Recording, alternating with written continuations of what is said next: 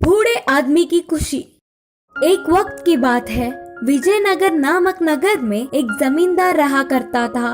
वे हर रोज नगर में घूमते हुए प्रजा के सुख दुखों का ख्याल रखता। उन्हें कहीं भी देखो प्रजा किसी न किसी दुख या परेशानियों में नजर आता था, लेकिन कोई खुश दिखता ही नहीं था। इन्हें खुश कैसे किया जाए? इस नगर में एक भी खुश रहने वाला ही नहीं क्या? बोलकर वे बहुत उदास हुए। एक दिन आदत में घूम रहे जमींदार को एक जगह बूढ़ा आदमी दिखा। वह खेतों में गड्ढे खोदकर पौधे लगा रहा था। बूढ़ा आदमी उन पौधों को बहुत ही धीरज और ध्यान से लगा रहा था। उसे देख जमींदार को बहुत खुशी हुई। जमींदार उसके पास जाकर पूछा, दादू क्या कर रहे हो?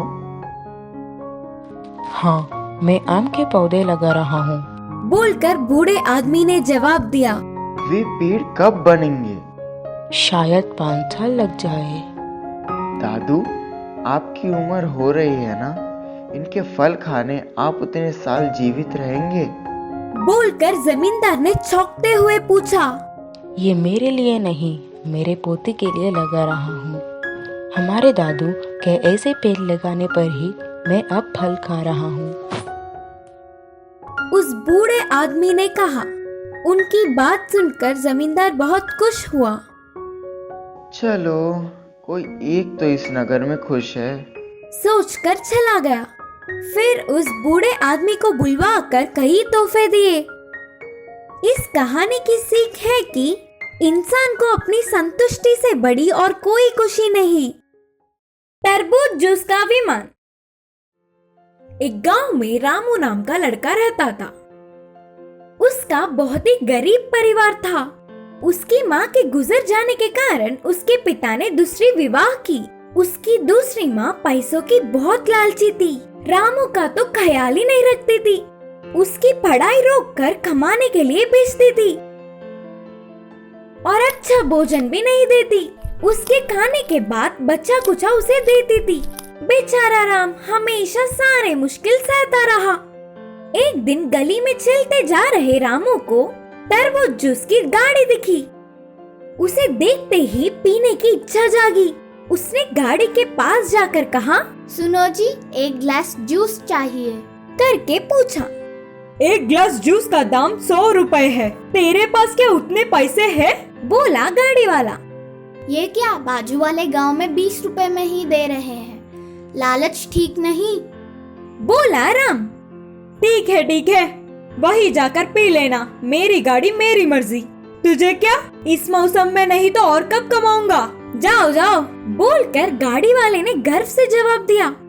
अब ना कुछ कर पाते हुए राम अपनी इच्छा को मारकर उधर से जंगल चला गया।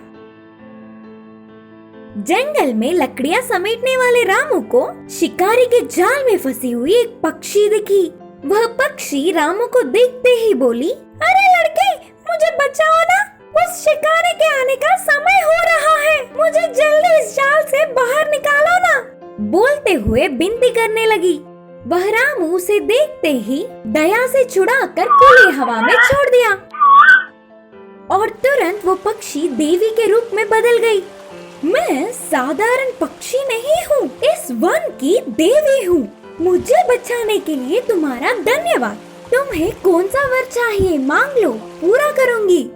देवी माँ, मुझे तुरंत तरबूज जूस पीने की इच्छा है, लेकिन वो गाड़ी वाला नहीं दे रहा है ना, क्या करूँ? राम ने बहुत ही मासूमियत से कहा। तो तुरंत देवी माँ ने तरबूज जूस के विमान का आविष्कार किया। उसे देखते ही, हे, तरबूज जूस का विमान, तरबूज जूस का विमान, बोलते हुए रामू खुशी से उछल पड़ा। ये विमान तुम्हारा ही है, तुम जितना चाहे उतना जूस पी सकते हो। देवी ने कहा। शायद रामू प्यासा होगा, उसने तुरंत 2 गिलास जूस पी लिया। फिर वो विमान से जल्दी गांव वापस लौट गया। गांव के सारे लोग आसमान में जा रही तरबूज जूस के विमान को देख चौंक गए। रामू जिसे भी जूस चाहिए हो उसके घर विमान में जाकर उसे जितना चाहे उतना जूस देता था और बदले में उनके दिए हुए पैसे ले लेता। ऐसे रामू ने पैसों के साथ साथ अच्छी नाम भी कमाई। इससे दूसरी माँ में बदलाव आने पर बेटे को अच्छे से ख्याल रखने लगी। उससे पहले गली में जूस बेचने वाले घमंडी गाड़ी वाला एक ग्लास जूस का दाम 20 रुपए कम करने पर भी कोई उसके पास नहीं गए। इससे उसका व्यापार नष्ट होकर बंद हो गया। कबूतर के जोड़े की कुर्बानी। एक शिकारी हमेशा जंगल आता था और पक्षियों का शिकार करता था। उन्हीं पक्षियों को बेचकर वो अपना गुजारा करता था। एक दिन वो हर रोज की तरह पक्षियों का शिकार करके घर वापस जा रहा था। अचानक बहुत तेज बारिश होने लगी। वो बारिश में भीगकर कांपने लगा। वो एक पेड़ के नीचे जाकर रुक गया। उस पेड़ पर एक कबूतर के जोड़े का घोंसला था। उस दिन कबूतर की पत्नी खाने की तलाश में घोंसले से बाहर गई थी। शाम होने के बाद भी वो वापस नहीं आई। उसकी पत्नी के वापस ना आने पर वो परेशान हो गया। वो उससे बहुत प्रेम करता था और सोचने लगा कि उसके पत्नी के बिना उसका जीवन बेकार है। उसकी पत्नी उसी पेड़ के नीचे शिकारी का शिकार बनके पिंजरे में कैद थी। उसने अपने पति को परेशान देखा और कहा, तुम्हें मेरे लिए परेशान देखकर मुझे बहुत संतुष्टि महसूस हो रही है। मैं यहाँ पर हूँ, लेकिन क्या कर सकते हैं, शायद हमारी किस्मत में यही था, इसीलिए मैं तुमसे दूर हूँ और इस शिकारी के पिंजरे में कैद हूँ। ये शिकारी हमारे जंगल में मेहमान है, इसका ख्याल रखना हमारा फर्ज है। फिर जब उसने शिकारी को देखा तो उसे पता चला कि वो सर्दी से कांप रहा है। वो शिकारी के पास आकर उससे कहने लगा, साहब, मेरी पत्नी बिल्कुल ठीक कहती है। आप आज हमारे मेहमान हो। आपको जो चाहिए मुझे बोलो। कबूतर की ये बात सुनकर शिकारी उसे गौर से देखने लगा और कहा, मैं इस सर्दी से कांप रहा हूँ, मुझे इस सर्दी से बचा लो। कबूतर ने उसकी बात सुनी और तुरंत कुछ सूखे तिनके जमा किए, उसमें आग लगा दी। उस आग से उसकी सर्दी तो कम हो गई, पर अब उसे भूख लगने लगी। उसे भूखा देखकर कबूतर ने कहा, साहब, मैं आपको भूखा देखकर बहुत परेशान हूँ, लेकिन क्या कर सकते हैं। आप एक काम करिए, मुझे ही अपना भोजन बना लीजिए। इतना कहकर वो आग में कूद गया। कबूतर के इस त्याग को देखकर शिकारी बहुत शर्मिंदा हो गया और सोचने लगा, इतने समय से वो मासूम पक्षियों की जान लेकर कितना बड़ा पाप कर रहा है। उसने तुरंत पिंजरे के सारे पक्षियों को आजाद कर दिया। आजाद होने के बाद कबूतर की पत्नी वहीं पिंजरे पर खड़ी रही और सोचने लगी कि उसके पति के बिना उसका जीवन भी बेकार है, और वो उसी आग में कूद गई। इस कबूतर की जोड़ी की कुर्बानी को देखकर वो शिकारी बहुत शर्मिंदा हो गया। कुछ देर बाद वन देवी ने उन दोनों को वापस जिंदा कर दिया। वो दोबारा अपने घोंसले में जाकर बैठ गए। उन दोनों को एक साथ देखकर शिकारी के मन को शांति मिल गई। इस कहानी से हमें ये शिक्षा मिलती है कि दुश्मनों का भी कभी बुरा नहीं सोचना चाहिए। जादुई स्पर्श। एक गांव में राजा और कमला नाम के पति पत्नी रहा करते थे। उनकी एक बेटी थी जिसका नाम स्नेहा था। राजा को सोना बहुत अच्छा लगता था। वो अपनी बेटी को बहुत प्यार करता था। वो उसे प्यार से सोना बुलाता था। उसकी बेटी जिस भी चीज की जिद करती वो दिला देता था। वो एक किसान था। उसके खेत में एक आम का झाड़ था। वो उस आम के पेड़ को भगवान की तरह पूजता था। वो पेड़ को रोज पानी दिया करता था। उस पेड़ पर एक देवी रहा करती थी। वो राजा से बहुत प्रसन्न थी, इसलिए वो उसके सामने प्रकट हुई। अचानक एक देवी को उसके सामने देखकर वो बहुत खुश हुआ। राजा, मैं तुम्हारी भक्ति और सेवा से बहुत खुश हुई। मैं तुम्हारी एक इच्छा पूरी कर सकती हूँ।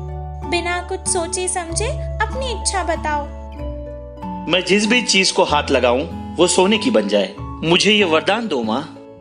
बिना कुछ सोचे समझे राजा ने अपनी इच्छा कह दी। एक बार फिर से सोचकर वरदान मांगो।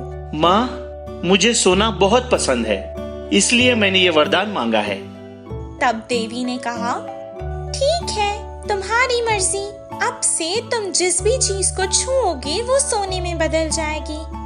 वो अपनी शक्ति को आजमाना चाहता था, इसीलिए वो पेड़ से गिरे एक आम को छुआ और वो आम सोने में बदल गया और चमक रहा था। देवी का दिया हुआ वरदान काम कर रहा है, ये देखकर वो बहुत खुश हुआ। फिर एक बार वो अपनी शक्ति को आजमाना चाहता था, इसीलिए उसने आम के पेड़ को छुआ, वो भी सोने का बन गया। इस आम के पेड़ को यहीं पर छोड़ देता हूँ। अगर किसी भी गांव वाले को जरूरत होगी तो वो इस पेड़ से कुछ सोना ले जाकर अपनी जरूरत पूरी कर लेगा। इतना कहकर वो अपने घर वापस चला गया और अपनी पत्नी को सारा किस्सा सुना दिया। तभी उसकी पत्नी को दिखाने के लिए वो घर में रखे कुछ चीजों को छूने लगा और वो सोने में बदल गई। कुछ देर के लिए उसकी पत्नी बहुत खुश हुई, लेकिन इसका परिणाम सोचकर वो दुखी हो गई। कुछ देर बाद स्नेहा पाठशाला से घर वापस आ गई। पिता को देखकर वो तुरंत उसके पास आ गई। पिताजी, पिताजी, और अपने पिता के पास खड़ी हो गई। राजा उसे बहुत प्यार करता था, इसीलिए जैसे ही उसने देखा कि वो बच्ची उसके पास आई है, उसे अपनी बाहों में ले लिया। पर जैसे ही उसने स्नेहा को अपने हाथ में लिया, वो बेचारी बच्ची सोने की गुड़िया बन गई। राजा को सोना बहुत पसंद था, पर अपनी बेटी से ज्यादा तो नहीं। अपनी बेटी को ऐसे देखकर वो रोने लगा। अचानक वहां वो वरदान वाली देवी प्रकट हुई और कहने लगी, क्या हुआ राजा, क्यों याद किया मुझे? मुझे ये वरदान नहीं चाहिए माँ, ये वापस ले लो और मुझे मेरी बेटी दे दो। मैंने तभी तुमसे कहा था ना कि दोबारा सोच समझकर वरदान मांगो। ठीक है, जैसा तुम चाहो। अब तुम्हारे पास कोई शक्ति नहीं होगी, तुम साधारण इंसान हो जाओगे और जो भी चीजों को तुमने छुआ है वो सोने से वापस साधारण हो जाएंगी। जैसा देवी ने कहा था, उसकी शक्तियां भी चली गई और जो चीजें उसने सोने में बदल दी थी वो भी साधारण पैनी जैसी हो गई। इसके बाद उसने कभी लालच नहीं किया और अपने परिवार के साथ खुशी खुशी रहने लगा। इस कहानी से हमें ये शिक्षा मिलती है कि अपने पास जो होता है उसी में खुश रहना चाहिए।